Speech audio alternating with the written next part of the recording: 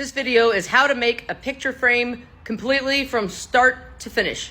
I found the piece of wood that I'm going to use. This is just a 3/4 piece of poplar. It has one rough edge, so I'm going to cut that edge off in my table saw.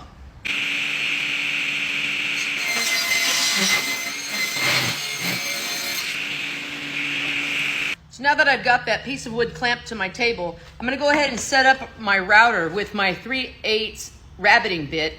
And what a rabbet is, it's like a dado, but it's on the end of it, it's exposed. So where a dado would be down the middle of a board, a rabbet is on the outside edge. This is just a representation. I'm going to do this one a little bit deeper. The thing about these types of bits is your standard router base that has this inner ring here for holding a collet, okay, will not allow this blade to go through that base. See, it stops there. So I usually have a sacrificial base off of another router that I have already routed that inner ring out of, that this will go on nice and fine. So now I'm going to set this up to the depth I want, and it only needs to be deep enough for your picture, whatever glass you're going to use and whatever backing you're going to use. So I'm calling it at about 3/16 for my picture.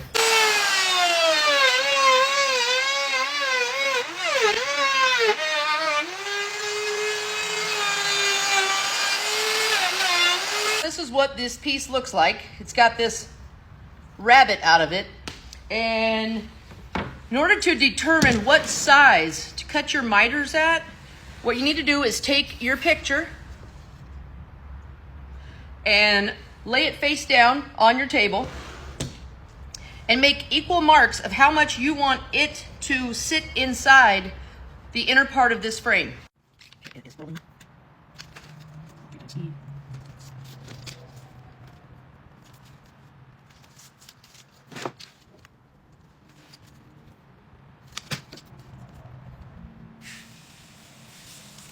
This could be on your picture back, or it could be on a piece of cardboard, or you could just mark whatever you have now.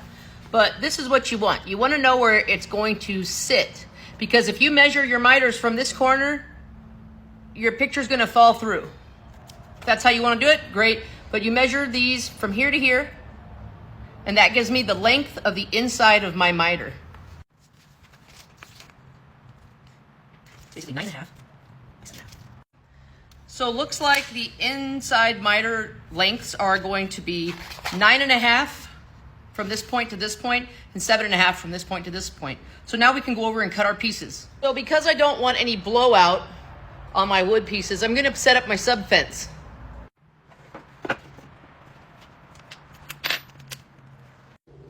So we're going to go ahead and start the cut anywhere we like, and then go from there and measure our measurements.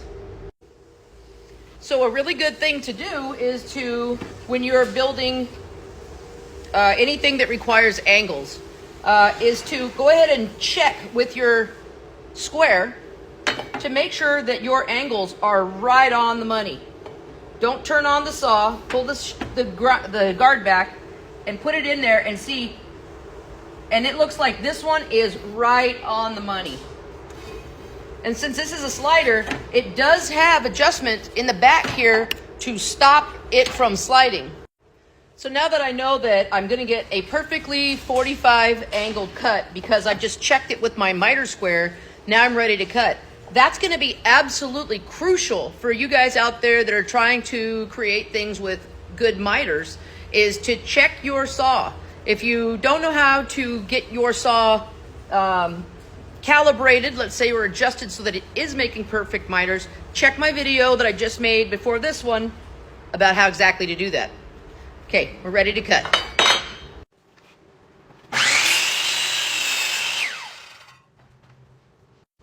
Now, if you noticed in that fast video, I stopped the saw while I was still in the cut. And that's so that nothing catches on the way of the saw still traveling coming out of the cut.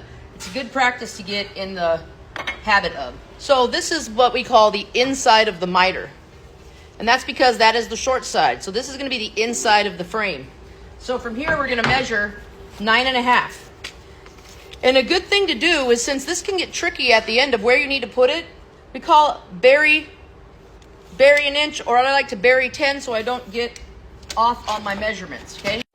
So what I'm doing is lining up the 10 mark with that edge of that miter there, and I'm going to put a mark here at 9.5. And so I already know that if these are 45-degree angles, this cut is going to go this way, okay? And this is the point where I need to start at. So I turn my saw this way, and I line it up. This is why it makes a good thing to have a sub fence, because I can line up this mark a lot closer than I can with just the saw alone.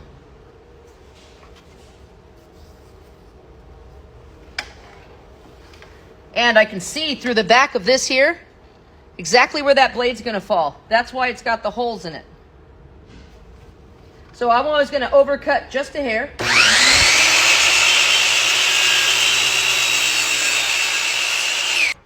Now that piece is perfect.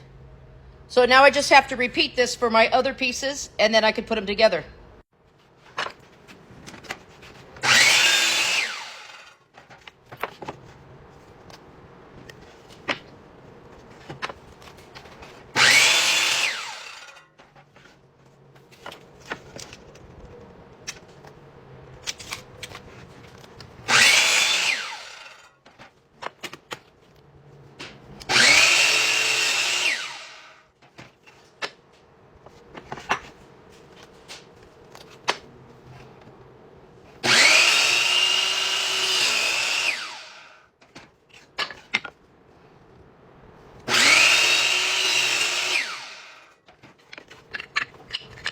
Now that I've got the 4 pieces cut out, I always want to check and make sure that they are exactly the same length, because if they are not exactly the same length, okay, these are the top and bottom, they need to be the same length.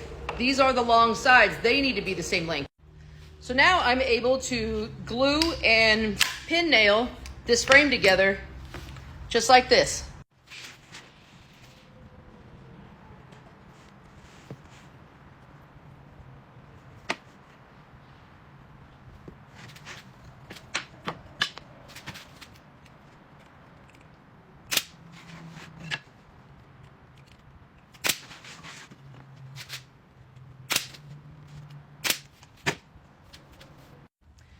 And that, my friends, is how you make a perfectly square frame. Of course, I will have to sand it, but just a little wood putty in the pinholes here.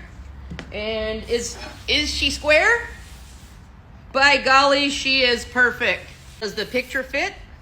Let's see.